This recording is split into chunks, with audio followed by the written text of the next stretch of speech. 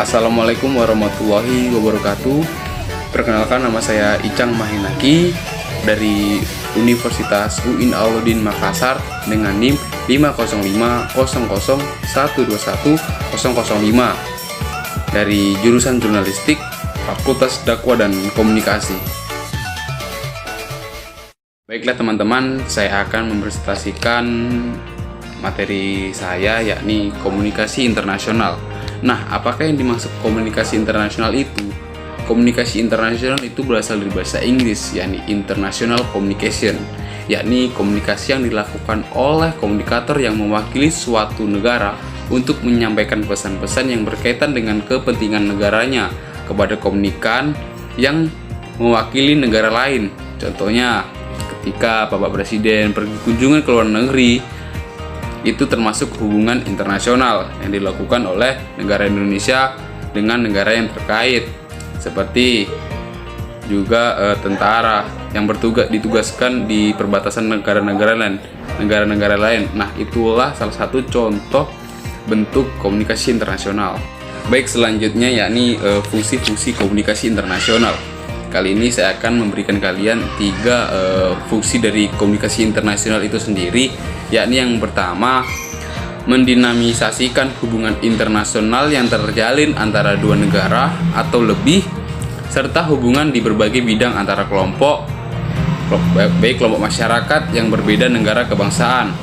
Nah, ketika dua negara atau 1, 3, bahkan banyak negara, ketika mereka menjalin hubungan yang sangat baik, maka sangat memudahkan masyarakat untuk membangun perekonomian mereka. Seperti ketika orang Indonesia ingin mengekspor barang mereka ke Cina, ketika hubungan Indonesia dengan Cina baik, maka ekspor impor itu akan terjalin dengan baik.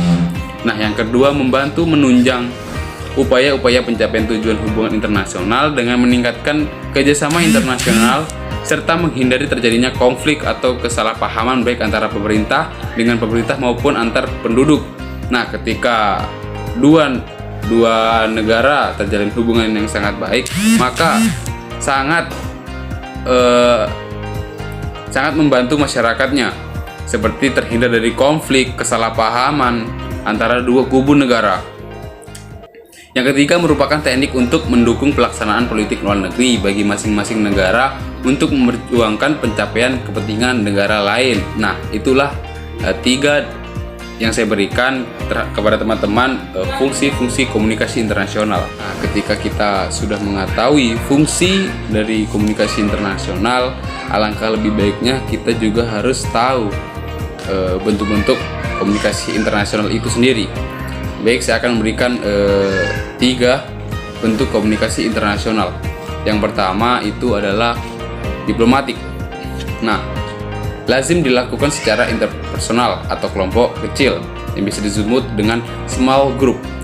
Lewat jalur diplomatik, komunikasi langsung antara pejabat tinggi dengan negara untuk kerjasama atau menyelesaikan konflik, memelihara hubungan bilateral atau multilateral, memperkuat posisi atau meningkatkan reputasi negara di tengah pergaulan internasional.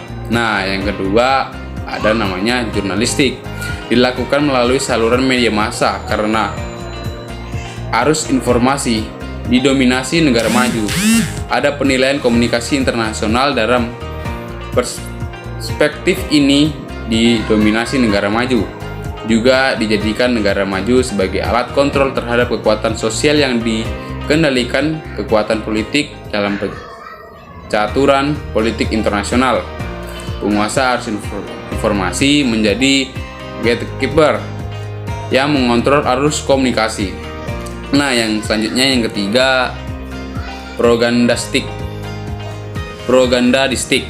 Umumnya dilakukan melalui media massa, ditunjukkan untuk menanamkan gagasan ke dalam benak masyarakat negara lain dan dipacu sedemikian kuat agar mempengaruhi pemikiran, perasaan, serta tindakan yang memperoleh atau memperluas dukungannya,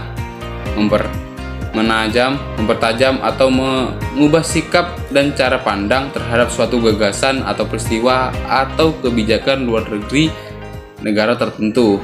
Nah, itulah teman-teman materi yang sudah saya sajikan kepada kalian.